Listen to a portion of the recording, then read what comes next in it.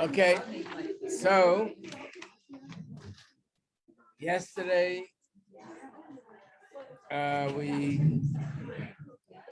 we're about to start halacha 7 here in the sheet that I gave out, which was Rambam Maimonides, laws that pertain to tzedakah specifically, and it's halacha 7 where it says that there are 8 levels in how to give charity. In other words, giving charity is a mitzvah no matter what, but there are 8 levels of how it could be done. One is considered better than the other.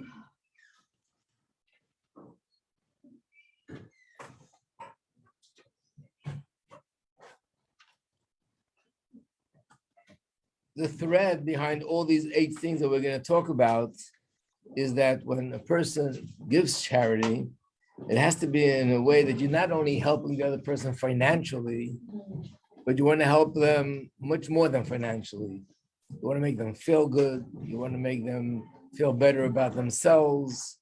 And the tzedakah should not be given in a way that on one hand you give them money, but on the other hand you're putting them down.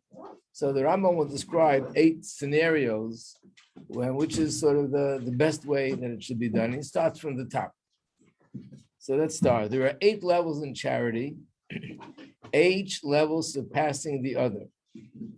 The highest level, beyond which there is none higher than this, is a person who supports another Jew who has fallen into poverty, and he gives him a present or a loan, entering him into a partnership with himself, or finding him work that his hand will be fortified so that he will not have to ask others for tzedakah.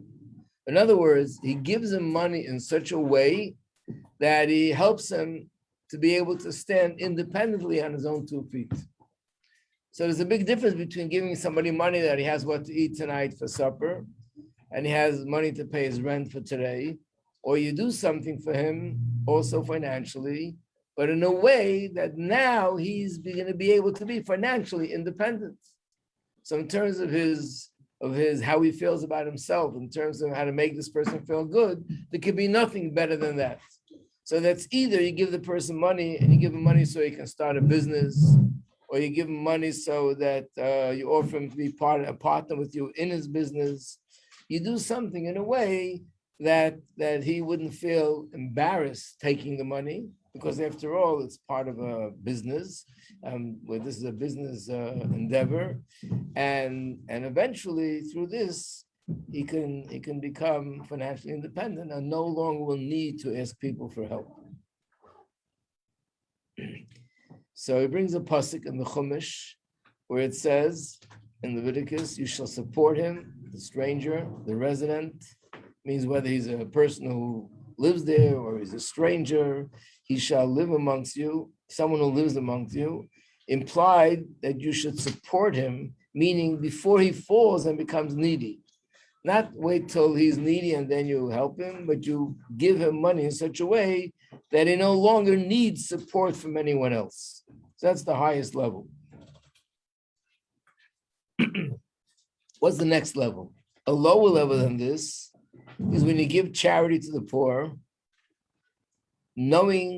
without knowing whom he gave it, and without the poor person knowing from whom he received it. Let's turn the page. For this is an observance of the mitzvah for its sake alone.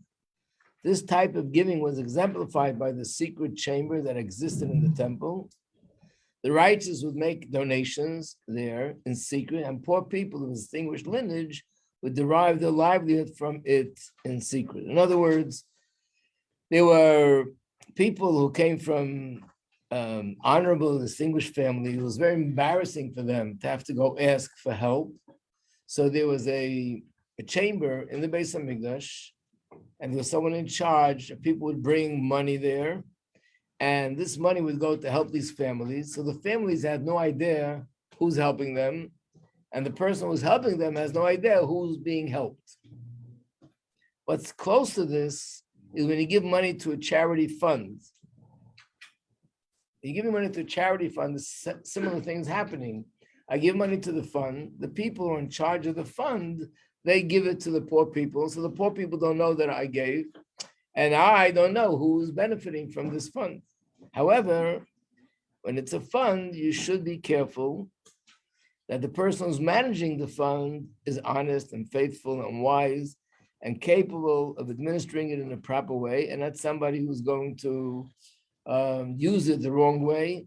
And it gives the example like Rav Hananya ben Trajan. So on the bottom, there's a footnote, number 14, and it quotes the Gemara. What was so special about Hananya ben Trajan? He was somebody who collected tzedakah. He collected funds of tzedakah for other people. And it says like this, that he was collecting for two different charities. Well, let's read it inside. He was collecting both for the ordinary charity fund and for the special charity fund for Purim. And the money from the two collections got mixed together. So he didn't know which money belongs to what. And he didn't want any of the funds to be missing out what's really theirs. So to make sure that the poor were not shortchanged, he compensated for any possible discrepancy by his own money. In other words, he had two funds. Let's say one had $50, one had $100. Now it got mixed up. So he doesn't know which is the 100 and which is the 50. So he took $50 out of his own pocket, put it into the other one. So both funds, none of them was missing out. So basically it means it's a very honest person, not a person that will, God forbid, take advantage and use the funds for his own personal needs. On the contrary, he would lose money to make sure that the funds of tzedakah are not going to be losing it all. So what's so special about this way of giving tzedakah? What's so unique about it? What's unique is like this. There's a word in Hebrew, I'll show it to you later in the booklet that we're using, which is matam b'seisa. Matam b'seisa means to give money in a hidden way. And in a sense, that's considered the best way of giving tzedakah. And again, the reason is, number one, the recipient doesn't feel embarrassed that they're taking money from me. Not only that, even if I didn't actually give the money to them, but if they know that they gave me money and I know they got money from him, when I see him in the street, his face might turn red, feel very uncomfortable, like you know that I'm needy, that I'm poor, that I'm vulnerable. It doesn't make a person feel good about themselves. So if the person has no idea that you gave it to them, it's called matam b'seisa, that's an advantage. But there's also another advantage. When a person gives tzedakah, really the idea of giving charity comes from sensitivity, being sensitive to another person's needs, having compassion, feeling another person's pain. But it is sometimes possible that a person does it for a different motive. It's not so much because they're sensitive and not so much because they're caring, but it's because they like the idea that I am sort of superior to these people. I'm helping them out. Without me, they couldn't manage. It makes me feel better about myself. In other words, it enhances my arrogance. And that's not the right reason to give tzedakah. And of course, when it's done in such a way, the recipient often will feel it, and that'll make them feel even more embarrassed. So when I give tzedakah in a way that I have no idea who's benefiting from my money, doesn't make me feel arrogant. So I know that my giving is with all pure intentions. Also, when people give a lot of tzedakah, I'm sure you see this in magazines and newspapers and flyers, that today we're honoring so-and-so because he gave so much money for this institution, write down his name on the wall, and we're putting up, which is nice, it's being done. It's an incentive. But it's very hard for a person not to feel inside like, that makes me really feel good. But am I giving tzedakah to make myself feel good? I'm giving tzedakah to help somebody who's in need. So if I'll get it to you in a second. So if nobody knows that I'm giving and I have no clue who I'm helping, there's no room for that to enhance my feeling of arrogance. And that's why that's the highest level of giving tzedakah. Yeah. We're talking a lot about like giving to those who are needy, but what about giving to organizations that aren't needy, but you believe in them? For example, like the local Chabad house or like the most needy organizations on the planet. I mean, yeah, places where it's not needy, but you support their vision. Like, Is that a different level of tzedakah if it's not? No, something it's that someone needs? different in the sense, that it's not a person that you're feeling that you're embarrassing a person. Like the rabbi is collecting, it's not collecting for himself personally. He's collecting for a cause. There's a cause. We're here to help people who have no food for Shabbos, and you're giving towards that cause. We're doing this to allow people to have a class, to have a Chabad house where they can come to daven. So you're not directing it towards an individual, it's an organization. So that part is not there. But the idea of hiding my identity so I shouldn't feel that sort of arrogance myself, that advantage is any kind of tzedakah. Now, the truth is, if that's the case, why do we do these things? We do hang up signs and we do make big announcements. So-and-so is a big philanthropist and they gave so much money. And the answer is because at the end of the day, people are motivated by that to give. And the bottom line, that's what counts. Which means if somebody walks over to you and asks you for a sandwich because they're hungry, I haven't eaten all day, please. And you say, well, let me see. If I give them a sandwich, I might feel very good about myself. It might make me feel arrogant. No, I'm not giving any sandwich. But the guy's going to be hungry. So there's actually a story with the Alter Rebbe. It's a story that he was traveling to his Rebbe, Maggid Mizrich. And on the way, he stopped off at an inn. And this inn was a very famous place and a very unique place. It was run by an individual who was extremely wealthy, didn't charge anybody money to stay there. He did what we hadn't learned before. People were his guests. You can come to my place, be here for a few nights, and I'll give you everything you need. He gave them everything, food, he provided them with whatever they needed. And then they would go on their trip. They would, on the way traveling, they would stop off in his place. And he himself was personally involved. He would meet each person, make sure they have what they want and what they need, and they're lacking, he would make sure to take care of it. Of course, he had workers, but he was personally involved. And not only that, but after they left, he would give them money and food for the road in case you need. And of course, when people left, they were very, very thankful and grateful. So one time the Alter Rebbe was traveling to his Rebbe and he stopped off in this place. At night, there's a knock on the door. Who is it? The owner of the inn. This very big, kind person, this very generous person. And he said to him that he recognizes that he's a man who's learned and a God-fearing person and a chassid, and he wants to share something with him, he wants to ask advice. Comes into the room and he tells them that, he's doing all these things. When people leave from this place, they're so thankful, they're so grateful. They shower me with compliments and they shower me with blessings. And sometimes I think to myself, so what's really motivating me to do this? Is it because I don't want the people to be hungry? Is that really the true reason why I'm doing it? Or the true reason is because it makes me feel good about myself. And if that's what it's all about, I should really stop doing it because it's all about me. It's not truthful. So the Rebbe heard what he said, thought about it for a moment, and then he answered, but the person who was hungry is no longer hungry. In Yiddish, it goes a little bit better, but he said he's no longer hungry truthfully. In other words, you're worried about being truthful. The fact that you helped somebody who was hungry is true. He's no longer hungry in a true way. He's no longer tired in a true way. He's no longer drained in a true way. You helped him, which means when it comes to helping another person, that's one place in Judaism where the kavanah, the intention, is not that important. The bottom line is that you're helping the other person. And would you believe it says in Sifri, it's one of the books of Medrash, that if you lose money and a poor person finds it, has no idea, so he uses it and buys himself food or clothing, you get the mitzvah of tzedakah without even knowing that this person picked it up.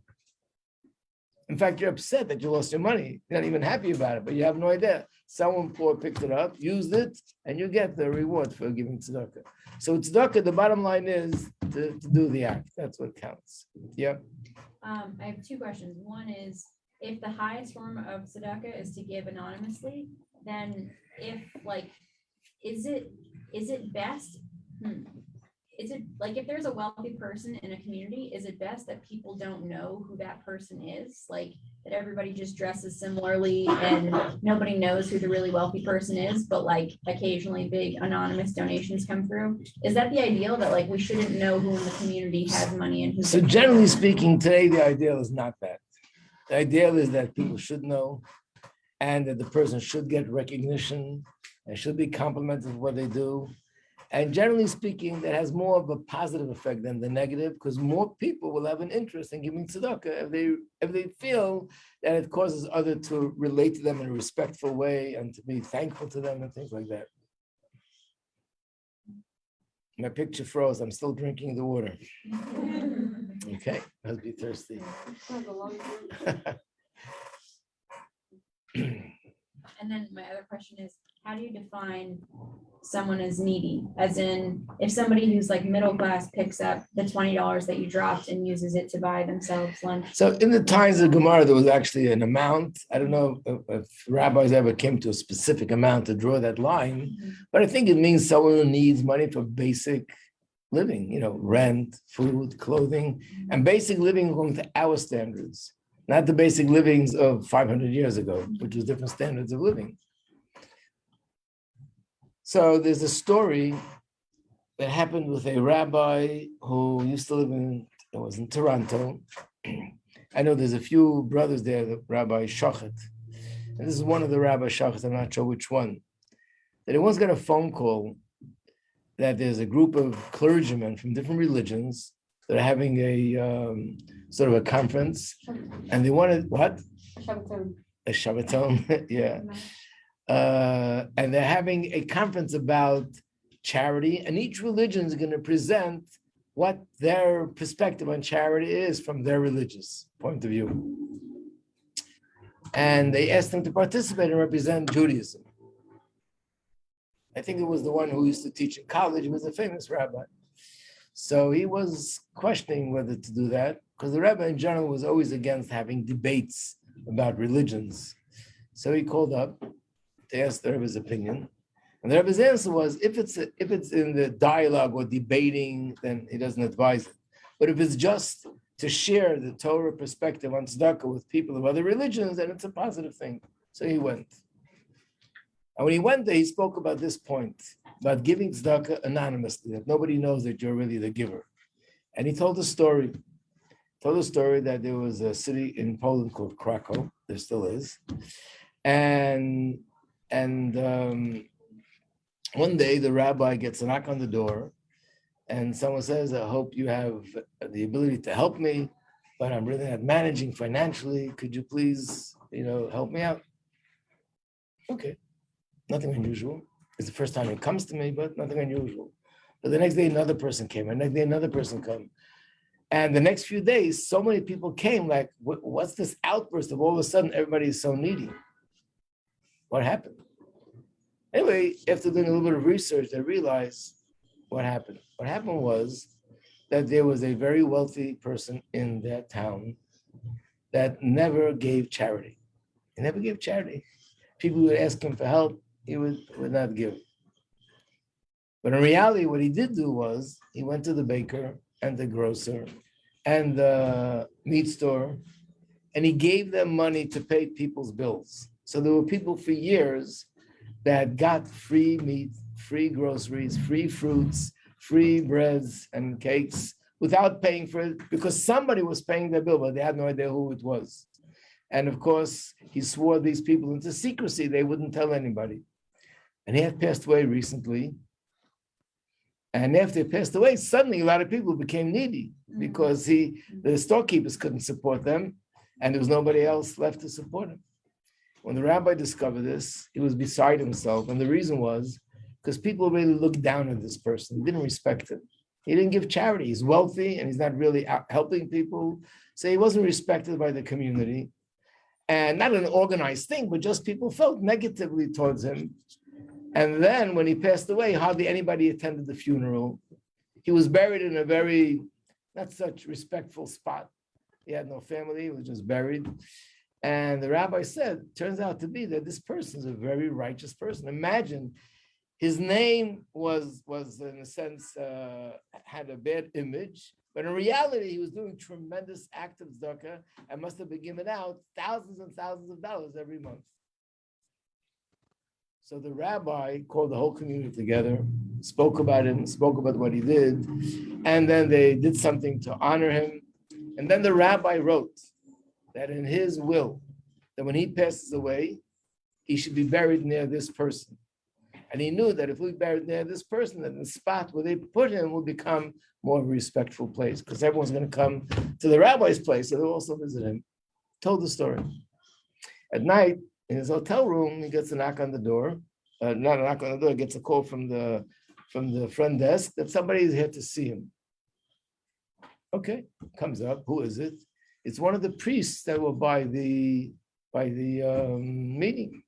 And he says, that story you told was so fascinating. I'd like to hear it again. And he tells them again the story.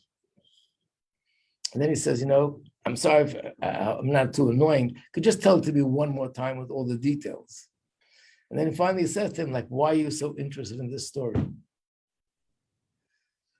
So he tells him, this is a priest. He tells him that his mother, before she passed away, told him, I never told you this, but we're really Jewish. And my great-grandfather, I don't know how many generations, lived in Krakow. And he had an interesting story with this and this. And the rabbi is buried right next to him. She told him this story. Wow. And he said, when you told the story, I got the chills. I was thinking maybe that is my ancestor. That's who we're talking about. And he told him, well, all I know is the story. The rest, I don't know what to tell you. So this Rabbi Shachat said that, I forgot the main point. The main point was when he asked the Rebbe if he should go or not, the Rebbe was one that told him, go, but when you go there, tell this story. The Rebbe told him to tell this story, and that's why he told it. And then he met him a few years later in Israel. Someone tapped him on the shoulder by the kotel. Hi, you recognize me? Did not recognize him. And he said he's the priest. He did his research, and he found out that this was actually his ancestor, and he became Jewish. We probably could be, he didn't even have to become Jewish, but he became a religious Jew after that incident. So that's being a priest. What? Obviously, yeah. You don't have religious Jewish priests.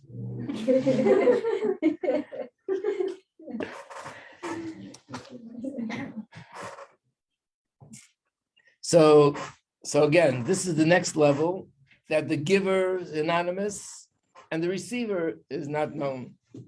And in that case, the one who gives is giving it so with the purest of intention, not for feeding his own ego. And the one who receives is with dignity, and he doesn't have to feel embarrassed that he's taking money. The third level, lower than this, is an instance where the giver knows who he's giving it to, but the poor person doesn't know who he's receiving it from. An example of this, there were great sages, this is in the Gemara, the Talmud tells us, they would go in secret and throw money by the doorway of the poor people. They knew these were a poor family. They would take money in a bundle, throw it by their doorstep. They would wake up in the morning, open the door, and they'd find the money there. So they knew who they're giving it to, but the people who received it had no idea who was giving it to them. This is an appropriate way of giving charity. It's a good quality if the trustees of the charitable fund do not conduct themselves appropriately. In other words, I can do the same thing by putting it into a fund. But let's say you find that the fund is not being run by people that you can trust. So that's another way you can do it. You find a way of getting these people money, and they have no idea that you're the one that's giving it to them, which is also good, but it's not the same level as before. The Gemara actually tells a story that there was one of the sages that he and his wife would do this every day. They would have a route. They would drop off money in this person's house, that person's house, early in the morning before the people get up. And one time, one of the people was very curious, who is it that gives them money? And they tried to stay up, but they always missed it. They never were able to get it. But one day, they heard the bag fall by the door. And at that moment, they opened the door, and they saw two people running. So they actually ran away so they shouldn't see who it is, and then they'll be embarrassed. I think Gemara says they were running. It was like a chase. They were running, and then when they came to their home or near a certain building, they ran and they hid inside an oven. I mean, obviously the fire wasn't on, but the floor was still warm and hot. They ran and hid there, not to embarrass this person. That's how far out of the way we should go, not to embarrass another individual. The next level, which is number 10. A lower level than this is an instance where the poor person knows where he's getting it from, but the donor doesn't know who it's going to. An example of this were the great sages who would bundle coins in a sheet, hang it over their shoulders, and the poor would come and take it from them so they wouldn't be embarrassed. And so the people who gave the money had no idea who's taking it. The people who took it knew who they're getting it from. Next, the lower level on this is giving money to a poor person before he asks. So imagine a person who's poor, a person who's needy. It's embarrassing enough to have to take money from someone else. It's even more embarrassing to have to ask. So in order to prevent that from happening, even if I'm giving face to face, what I can do is give the person money before he gets a chance to open his mouth and ask for money. Just say here, and that makes them feel much more comfortable, or I would say less embarrassed. So that's a better way of giving tzedakah. The next level is giving after he asks. By the way, in none of these things that you say, if you can't do it this way, then don't do it. Because at the end of the day, the bottom line is you're giving money or food or clothing, and you're helping the other person. It's just that this is a better way. It's a more refined way of giving. A lower level than this is giving him less than what is appropriate, but with a pleasant countenance. In other words, really, how much tzedakah should a person give? We mentioned the other day we should give 1/10. But the truth is, are you allowed to give more than 1/10 of your earnings? Like, is Bill Gates allowed to give more than 1/10 of his earnings? He'll still have fish for Shabbos, even if he gives more than 1/10 of his earnings. So generally speaking, giving tzedakah should really be each person according to their financial capacity. If a person is a millionaire, he's expected to give more tzedakah. If a person is a billionaire, he's expected to give more tzedakah. And it's very interesting, people who are in this field will tell you an interesting observation, that the more people have, the less they give. Really? I mean, percentage-wise. In other words, a person who has an ordinary average salary will, in proportion to what he earns, gives more tzedakah than the people in the bracket of millionaires or billionaires according to what they have. Even though it doesn't make any sense, if you have more, why would you want to give more? But it looks like this idea of holding on to my money and not wanting to share it and being selfish about it. Apparently, when a person is wealthy, it makes a person have more of a stronger, I would say, selfish feeling about themselves. So really, it should be appropriate. Appropriate means according to what you really are capable of giving. But you give it to the other person, even though it's a small amount, but you give it with a smiling face, in a pleasant way, and you're nice to them. What's lower than that? And this is the lowest level, that you give the tzedakah, but you give it with a sad face, or you give it with an annoying face. You're basically showing the person that you're annoyed that they're asking you for money, or you're annoyed that you have to help them. It's like we said the other day, you're giving them money, but you're hurting them emotionally. You're making them feel embarrassed. And later we'll learn that one of the big things in Torah is not to insult any human being. And in many ways, embarrassing someone, especially if it's in public, is equivalent to murder. Very serious thing. Not to embarrass another person in general, and especially in public. So basically, when you give tzedakah, it should be done in such a way that you do everything you can, you go out of your way not to embarrass the person. We'll do one more line. The great sages would give money to a poor person every time they went to pray, before praying. And it's based on a pasuk, on a verse. It says, Ani b'tzedek erze panecha, which means, Hashem, I will see your countenance in righteousness. So the word tzedek means righteousness, but it also means tzedakah. And one of the explanations for this is that in a sense, I'm going to Hashem and I'm asking Hashem to help me. I'm needy. I need good health. I need sustenance. I need happiness. I need to get married. I want to have children. I'm asking Hashem, please provide me and give me what I'm asking for. And I'm asking Hashem, please don't judge me if I do deserve, I don't deserve. Please just give it to me. Then the person walks over to me and I say, well, I'm not sure you do deserve, you don't deserve. So if I'm going to act that way towards this person, then Hashem says that I'll act that way to you. So just the act of giving tzedakah before I pray, which means I'm showing Hashem that I'm reaching out to this person, I'm helping this person, gives me more of a merit that Hashem will help me. So the custom was, and this is a custom that the Rebbe is very much encouraged, to give tzedakah before davening, both in the morning and the afternoon. It doesn't apply to the night, but for the morning and afternoon, it does apply to give charity right before the davening. Okay, we'll stop here. To be continued.